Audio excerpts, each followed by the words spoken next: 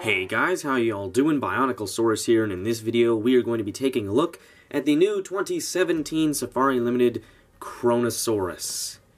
Wow, this figure is just yet another stunning piece from Safari for this year's lineup of new figures.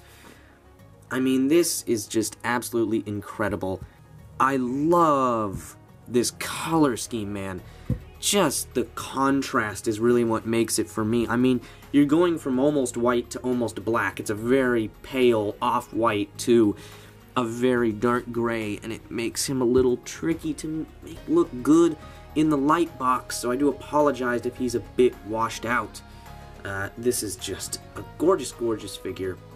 The pose is nothing special, but it's certainly an improvement on some older figures like the old Carnegie Kronosaurus. The Carnegie figure was just not posed at all. It was a perfect straight line from tip of its nose to the tip of its tail. This figure is not. This figure actually has a bit of curvature to the neck, or bending to the neck rather, and a little bit of bending to the tail as well. One of the most impressive things about this model is its size, and so let's just, right now, early in the review, get straight into size comparisons, because this is a surprisingly big figure. As always, we have the Safari Limited Utyrannus, the Papo Allosaurus, and for this review's unique figure, we have the previously mentioned Carnegie Kronosaurus. I think there are a lot of really notable improvements from this figure to this new one, and one of the most striking of them all is the sculpted detail. While most of the body is just smooth in texture, the head boasts some really impressive sculpted detail.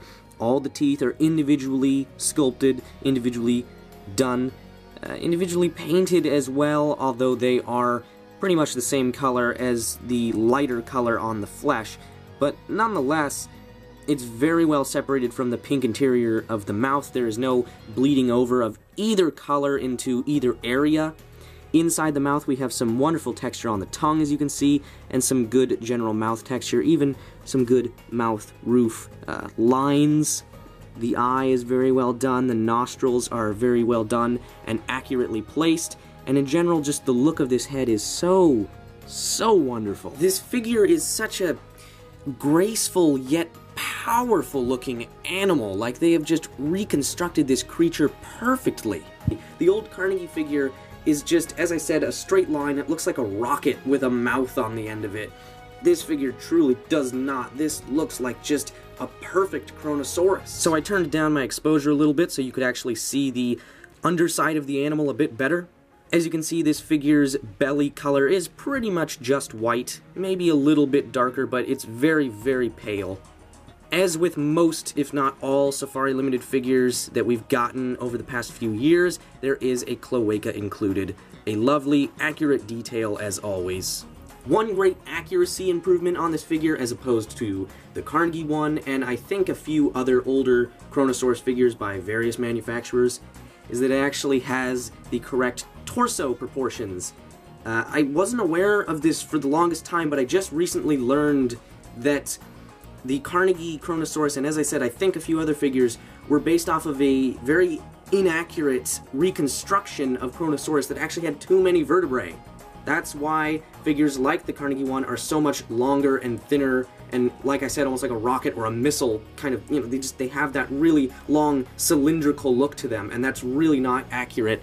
This figure, on the other hand, does the torso shape and proportion in relation to the head and the fins just perfectly. So in conclusion, my rating for this figure is an A+.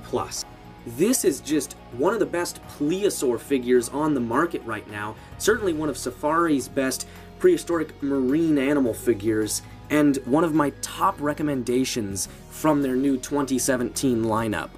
Thank you for watching, and BionicleSaurus signing out.